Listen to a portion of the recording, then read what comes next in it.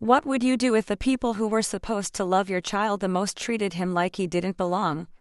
On Christmas Eve, I walked into my parents' house expecting warmth, family, and celebration. Instead, my 8-year-old son was humiliated in front of everyone, and that was the moment I finally realized I had spent years sacrificing for people who would never truly accept us. My name is Lorraine, and the phone in my hand won't stop vibrating. Call after call, message after message, but I'm not answering any of them. I'm driving home with my son, Ethan, sitting quietly in the back seat. A few moments ago, in the softest voice imaginable, he asked me, "Mom, did I do something bad?" And honestly, hearing those words felt like someone punched me straight in the chest. This Christmas Eve was supposed to be warm and joyful. Instead, it became the night that changed the way I looked at my family forever. I glance into the rearview mirror and see Ethan staring down at the handmade gift he brought for his grandparents. He's holding it tightly in both hands like it still matters, like maybe if he holds onto it long enough, someone will finally appreciate it. That image is burned into my memory. A few weeks earlier, my mother had called me. Now, my mother has always been cold, controlling, and obsessed with appearances. But that day, her voice sounded unusually sweet, the kind of sweetness that always meant something was wrong. She said, "We're doing a more grown-up Christmas Eve this year, Lorraine. Just adults, quiet and elegant, no kids." I remember sitting there in silence, confused. Because Ethan is 8 years old, he's kind, curious, and thoughtful in ways most adults aren't. He's the type of child who asks why stars twinkle and how airplanes stay in the sky. He gets excited over science experiments and spends hours drawing little inventions in notebooks. But despite all of that, my family always treated him differently. I'm a single mother working as a financial analyst at a small firm. The job is stressful, but it keeps a roof over our heads. My ex-husband, Mark, left years ago and moved to another city. He barely calls, and the child support only arrives when he remembers he has a son. So for the most part, it's always been just Ethan and me. My older sister Olivia, on the other hand, has always been the favorite child. She married a wealthy man named Henry, lives in a beautiful house, and has 3 children. To everyone else, Olivia looks perfect. But behind closed doors, she constantly complains about money, parenting, stress, and how difficult her luxurious lifestyle supposedly is. And somehow, my parents always rush to comfort her. Everything Olivia does is excused. Everything I do is criticized. About a year ago, Olivia mentioned that she might have to pull her children out of their extracurricular activities because finances work tight.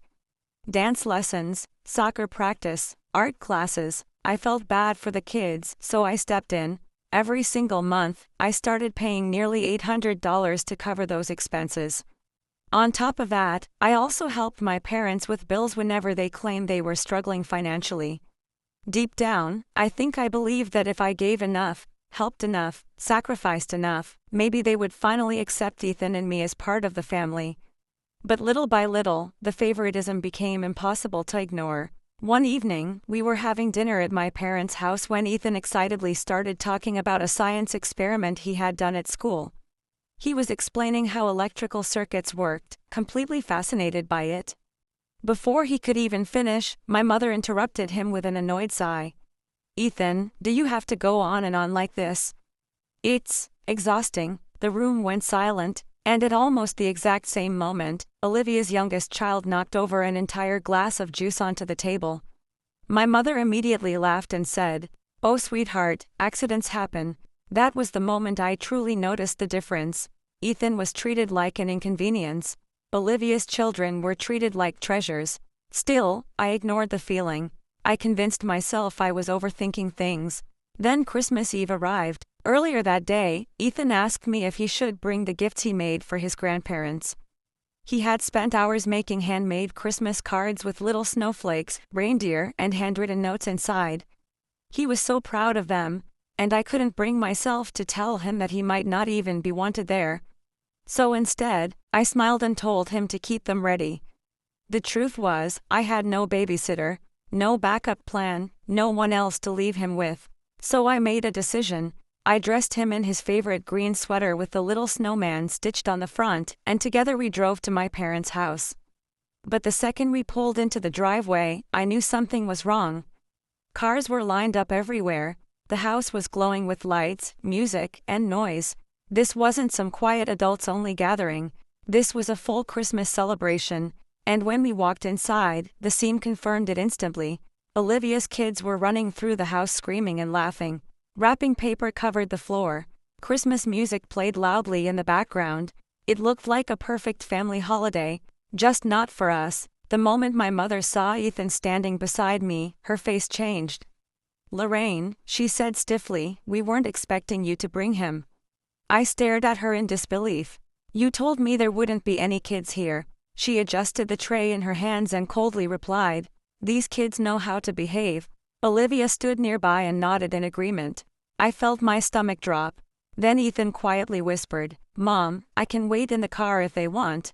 That sentence shattered me, because no child should ever feel unwanted by their own family. I immediately knelt in front of him and said, "No, baby, you did absolutely nothing wrong." Then I stood up, looked directly at my mother, and said, "Come on, Ethan, we're leaving." My mother rolled her eyes. "Lorraine, stop being dramatic."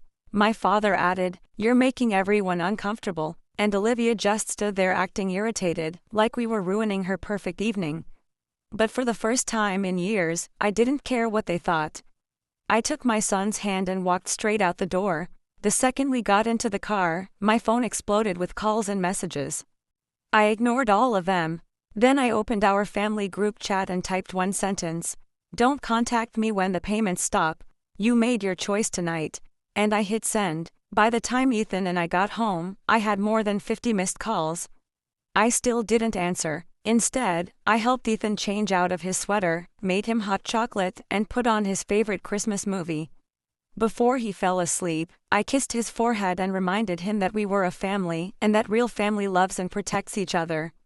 Then I sat alone at the kitchen table, and for the first time in years, I finally did something for myself. I opened my banking app and canceled every payment I had been making for Olivia's children and for my parents' expenses. Every single one, and honestly, it felt like a massive weight lifted off my shoulders. Not long after that, I sent a message to the extended family group chat explaining exactly what had happened. The response was immediate. Some relatives were shocked, others admitted they had noticed the favoritism for years but never said anything. One aunt even confessed that she always felt Ethan was treated unfairly. Meanwhile, my mother started calling nonstop, accusing me of overreacting. Olivia sent furious messages claiming I had ruined Christmas, but their guilt no longer controlled me. Then something unexpected happened. Henry, Olivia's husband, called me on video chat. He looked genuinely upset. He asked me, "Wait, have you really been paying for all those activities this whole time?" When I said yes, his expression changed completely. Apparently, he believed Olivia had been covering those costs herself.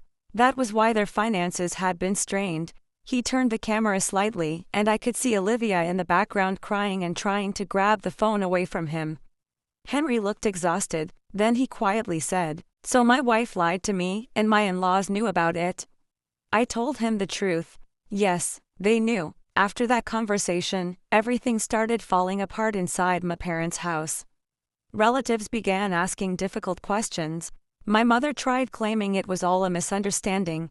My father became defensive. Olivia cried and blamed stress, pressure, and the holidays, but not one of them truly apologized for hurting Ethan. Not one. The next evening, Ethan and I were invited to my Aunt Grace and Uncle Tom's house. And the difference was immediate. Grace knelt down to Ethan's level and asked if he wanted to help decorate Christmas cookies. Tom sat beside him and listened patiently while Ethan explained how magnets worked. For the first time that entire week, I heard my son laugh, a real, carefree laugh. And I realized something important in that moment. Blood does not automatically make people family. Love does. Respect does. Safety does. The people who truly care about you never make your child feel unwanted. Over the following weeks, more relatives reached out privately to support me. Olivia continued trying to contact me, but I stopped responding. My mother even showed up at my house once. But I refused to let her inside. Instead, I asked her one simple question: "Are you sorry because you hurt Ethan, or because everyone finally found out?" She had no answer, and honestly, that silence told me everything I needed to know. That Christmas changed my life. For years, I kept sacrificing pieces of myself hoping my family would eventually value us. But the moment my son questioned his own worth because of them, I was done. Ethan and I ended up having a beautiful Christmas after all. Quiet, peaceful, safe, just the two of us. And now, I will do everything in my power to protect him from anyone who makes him feel less than loved ever again. Because no tradition, no holiday, and no family title is more important than a child feeling safe, valued, and wanted.